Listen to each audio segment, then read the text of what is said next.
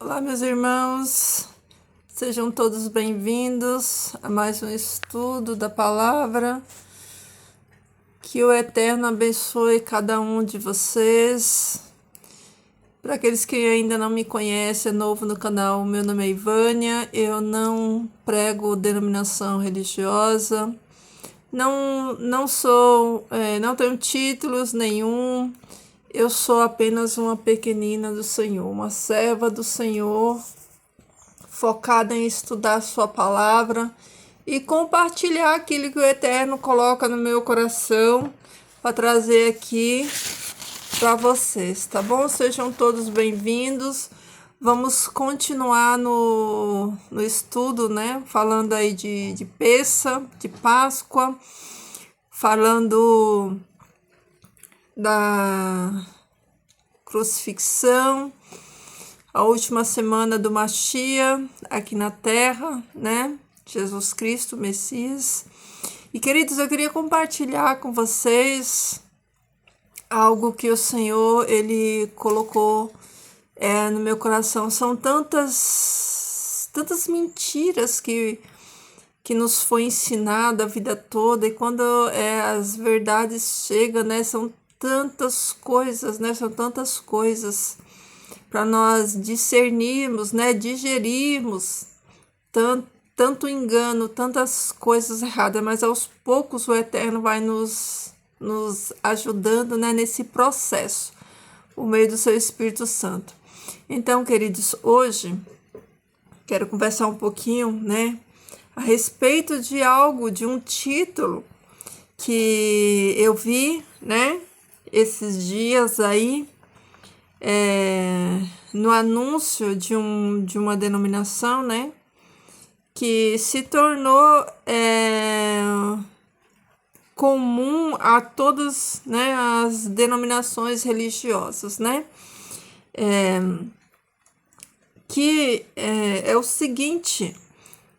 Com certeza vocês que frequentam templos, né, feitos por mãos de homens, porque o verdadeiro templo do Eterno somos nós somos o templo, nós somos a morada, nós somos a casa, nós somos a habitação do Pai. Então, essa semana eu vi, né, um folder escrito a seguinte frase: Paixão de Cristo. Com certeza você já ouviu, né? E o Eterno, ele me chamou a atenção para essa frase, né?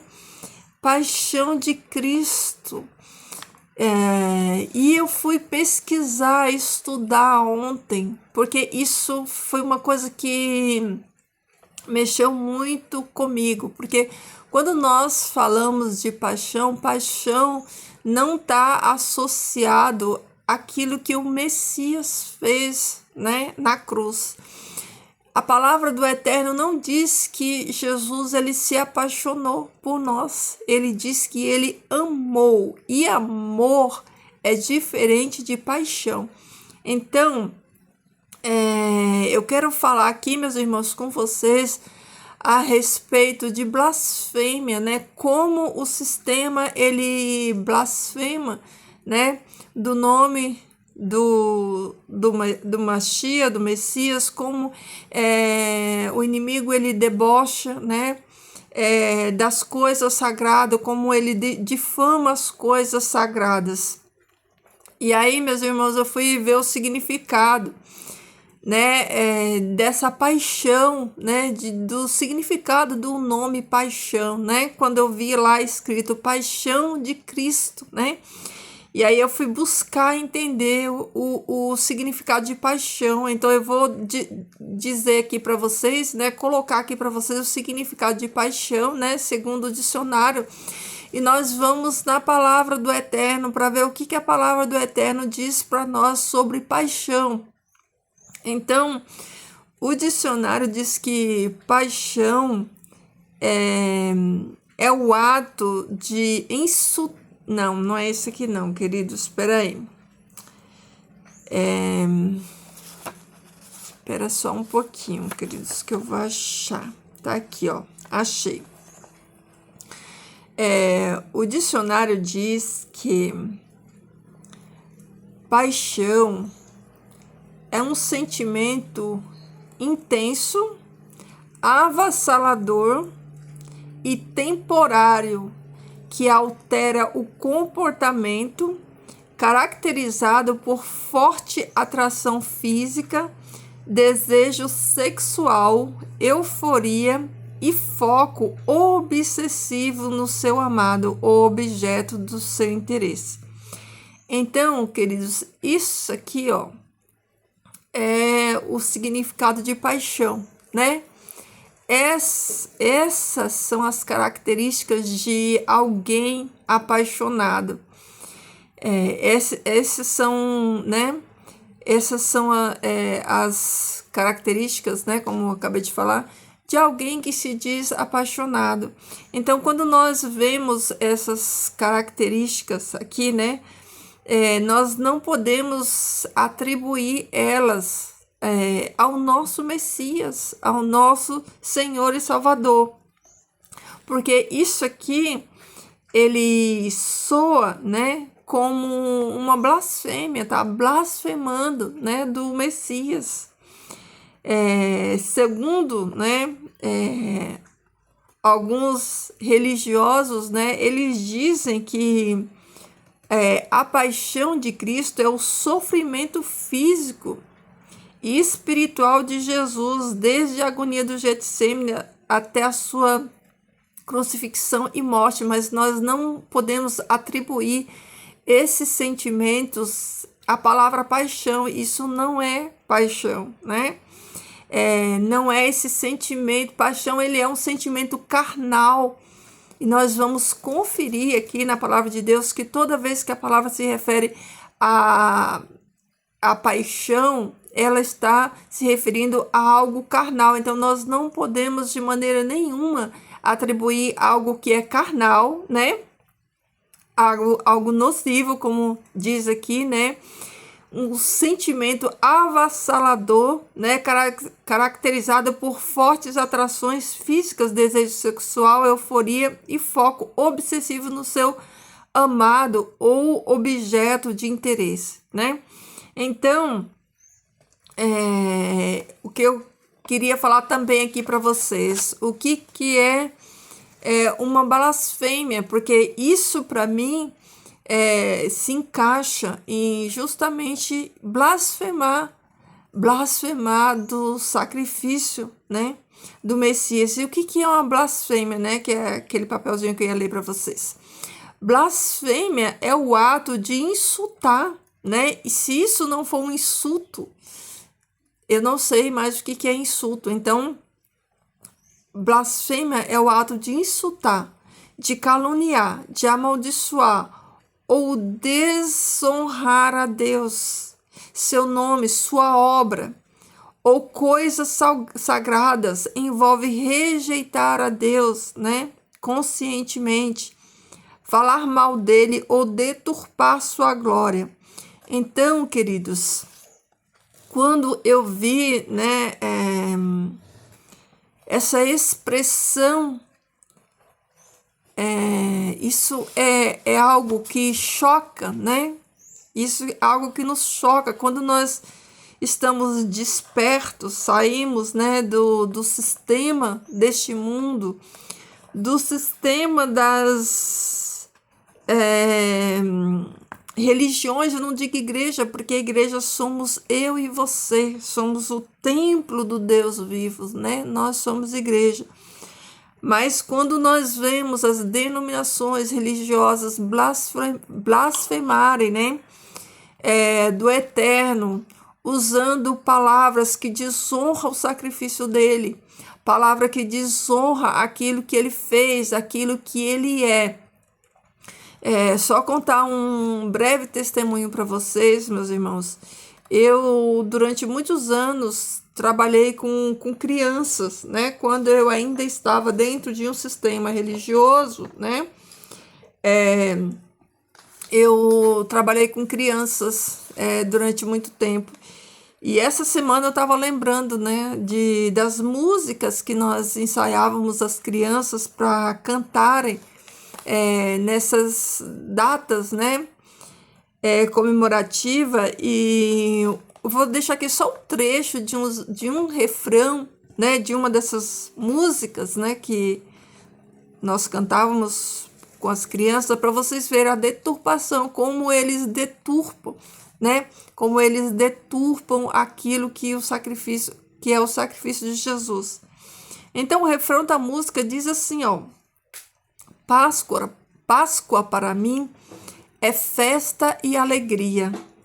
É mais doce que o doce, quem diria? Não acaba no final do dia. É real, não é fantasia. Só que, meus irmãos, quando nós vamos para a Escritura, a gente vê que Páscoa não é festa e nem é alegria. Páscoa é dor, Páscoa é sofrimento, Páscoa é morte. Páscoa é libertação, ela não é doce, ela é amarga, né? Então não há alegria, não há doce, ela não é doce, ela não foi doce para o Messias, ela foi amarga, ela custou a sua vida entregue ali naquele madeiro, né? Por cada um de nós. Então é uma distorção da verdade genuína, da palavra de Deus, daquilo que o Messias fez, daquilo que ele é, daquilo que representa a Páscoa, né? Páscoa não representa doce, Páscoa não representa chocolate, Páscoa não representa festa e alegria, né? É nesse sentido que eles colocam, né? Como se fosse, né, uma coisa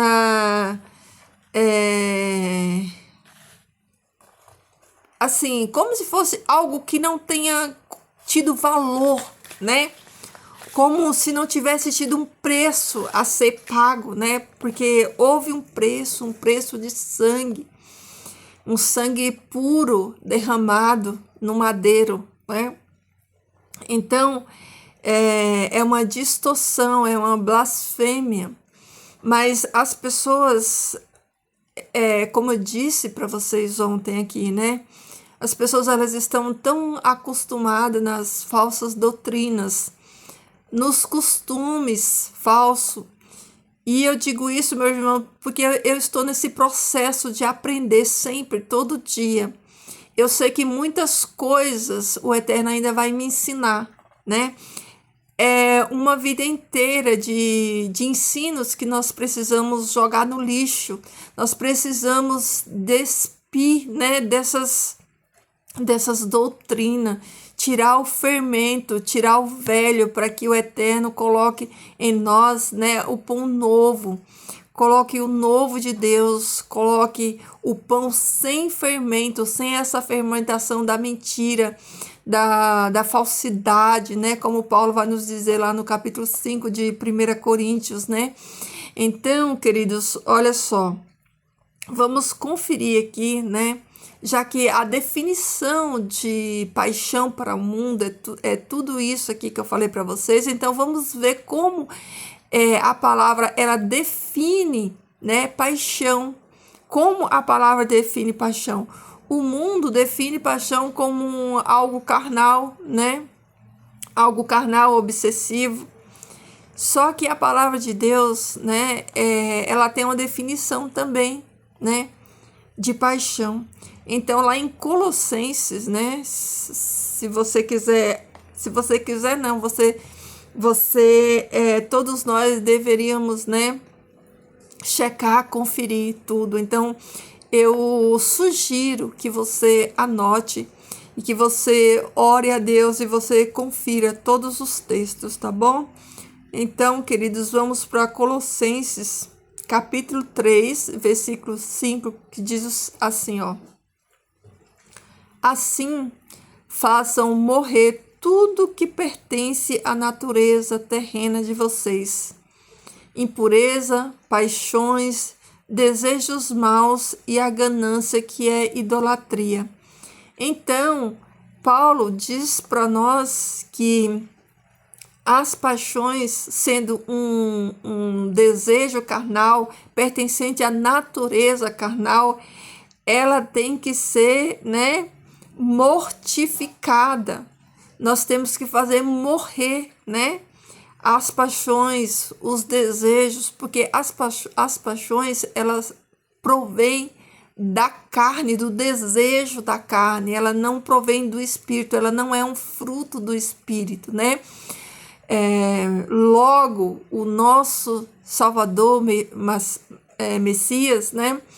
Ele nós não podemos atribuir a ele essa condição, esse fruto, porque esse fruto ele não é do espírito, esse fruto é da carne, ele precisa ser mortificado aqui, como Paulo diz, né?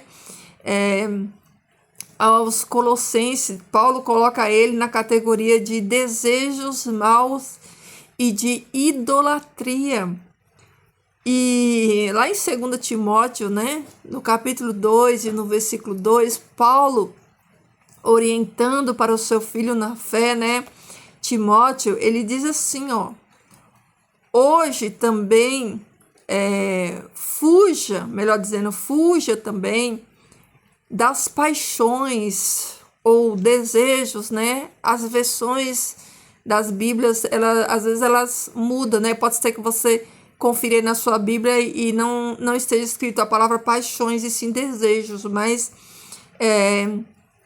ele diz: fuja também dos desejos da juventude, das paixões da juventude, né? E segue a justiça, a fé e o amor. Também em algumas versões aí pode estar a caridade, né? E a paz com os que invocam o Senhor com o coração puro. Então, Paulo, ele orienta Timóteo, né, a fugir das paixões, né? Com um desejo aí, ó, pecaminoso da carne. E em Romanos, olha só o que Paulo diz lá em Romanos 1, 26. Por causa disso, Deus os entregou a paixões vergonhosas. E esse texto aqui, ele tem uma continuação, eu vou ler só até aqui, mas vocês confiram aí na casa de vocês. Então, paixões está ligado a coisas vergonhosas, ligado a atos sexuais libidinosos, né? Como a continuação do versículo vai dizer que eles mudaram, né, as suas afeições naturais, né? E no capítulo 7, versículo 5, diz assim, ó, de Romanos, tá, queridos?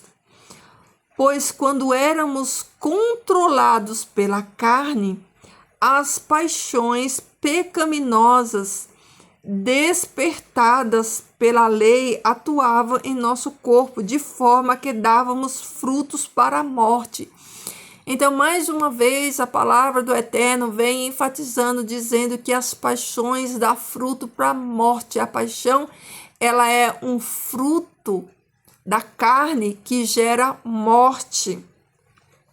Olha lá, vamos para mais um texto, ó. Gálatas 5:24. Os que pertencem a Cristo Jesus crucificaram a carne com as suas paixões e os seus desejos. Olha aí. Aqueles que pertencem a Cristo, né? Eles crucificaram a carne com as suas paixões, seus desejos. Eles são novas criaturas. E esses frutos da carne que gera morte já não faz mais parte da vida de um nascido de novo, da vida de alguém que é nascido do Espírito. Então, se nós não atribuímos, né, as paixões nem a nós, seres humanos, muito menos ao Messias, que era e é santo. Então, queridos, olha só, fazendo um contraponto aqui, ó. Lá em João 3,16, o Eterno diz na sua palavra que Deus, ele amou o mundo. Lá não está escrito que foi paixão, lá está escrito que foi amor. Deus amou o mundo de tal maneira, né? De uma maneira tão, né? Que ele entregou o seu filho único ou seu filho unigênito, né? Para quê? Para que todo aquele que nele crê não pereça, mas tenha a vida eterna. Jesus, ele não entregou a sua vida por toda a humanidade, ele entregou por todo aquele que crê. Então, em hipótese alguma, nós que somos nascidos da água e do Espírito, podemos aceitar esse título de paixão. Na palavra, você não vai encontrar esse título, né? Paixão de Cristo. Se você, porventura, né, achar esse título, manda para mim, porque na minha Bíblia não tem paixão de Cristo. Porque não existe paixão de Cristo, porque Cristo não se apaixonou, porque Cristo não se enquadra nessa condição de pecado, de degradação humana, porque a paixão era uma degradação humana, de um pecado que gera morte. Então não foi paixão, não existe paixão, não tem paixão de Cristo. O que tem é amor de um Deus que é amor. E demonstrou este amor, como no relato de João 3,16, que ele amou o mundo. Né? Esse sentimento genuíno, puro, né? O amor que tudo sofre, que tudo padece, né? Que não se inflama, que não se ira, que não guarda mágoa. Essas são as características do amor, que é o oposto à paixão. Então, Jesus, ele cumpre, né, isso aqui na vida dele, no ministério dele, né? Ele demonstrou amor, ele foi amor. Todas as características, né, desse fruto que é o amor, Jesus, ele demonstrou na sua vida, na sua morte. Ele amou até o fim, né, e se entregou. É o que a palavra diz, que ele amou até o fim. Ele foi obediente até o fim, ele amou até o fim e se entregou. Então, não foi paixão. Não foi paixão, meus irmãos, foi amor puro, abnegado, genuíno. Foi o Deus amor, demonstrando amor e se entregando naquele madeiro, naquela cruz. Então, isso, queridos, que o sistema religioso faz, né? De atribuir a Jesus algo carnal, repugnante, com paixão, é uma blasfêmia. Eles blasfemam do nosso Salvador. E quando o Senhor me trouxe, né, essa reflexão para isso, né, para entender, para ter esse entendimento de que as pessoas elas não aprenderam, elas não têm o dom de discernimento, elas não conseguem discernir, elas não conseguem ruminar, pensar, fazer análise e buscar na palavra, como os bereanos buscar conferir na palavra, e simplesmente eles saem aceitando tudo sem questionar, né? Apesar que nesses lugares também não é permitido questionar. Se você está dentro desse lugar aceitando tudo, eu só posso dizer uma coisa de você não foi liberto ainda. Desculpa a sinceridade. Se você está dentro de lugares, de ambiente onde blasfema do nome do nosso Senhor, do nosso Criador, que é totalmente oposto, contrário àquilo que a palavra do Eterno nos ensina, se você está lá, você não foi liberto ainda. Porque só pessoas, né, que não foram libertas, só pessoas que não têm visão e discernimento espiritual, eles conseguem ficar dentro desse tipo de ambiente, né, e sem conseguir enxergar todas essas coisas. E, queridos, o que eu acho mais impressionante é que quando o Eterno ele usa os seus instrumentos, né, para advertir, para alertar, para trazer mensagem, né, para abrir a mente de muitas pessoas, elas mesmo Deus usando os seus instrumentos, elas não conseguem discernir, a mente está bloqueada. O discernimento está bloqueado, eles não discernem. Aquilo que Jesus fala, eles têm olhos, mas eles veem, mas eles não enxergam. Eles têm ouvido, mas eles não ouvem, né?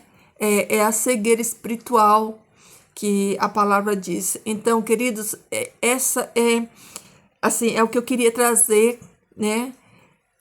Desse tema de Páscoa, né? Vamos continuar. Eu vou continuar gravando o vídeo, né? Nós vamos descobrir que não foi sexta-feira que o Messias morreu.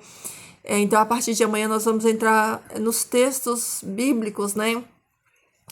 Relatando a última semana. Então, como eu disse ontem, se você não assistiu o vídeo, né? O vídeo anterior, então você vai aqui embaixo no canal e você assiste, porque é continuação. Essa semana toda eu vou trazer vídeos falando justamente com foco nesse assunto de Páscoa, né?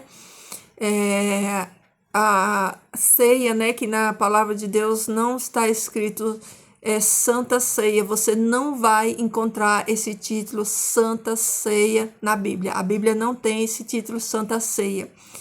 E a ceia que Jesus fez foi a ceia, foi a comemoração da Páscoa. Não foi, Jesus ele não mudou a Páscoa.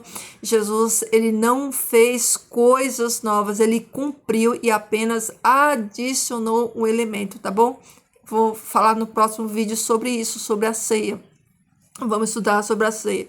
Então, queridos, que o Eterno abençoe a vida de cada um de vocês, que vocês possam estar, né, alertas, né, alertas. Eu quero deixar aqui um versículo para você pensar, para você meditar.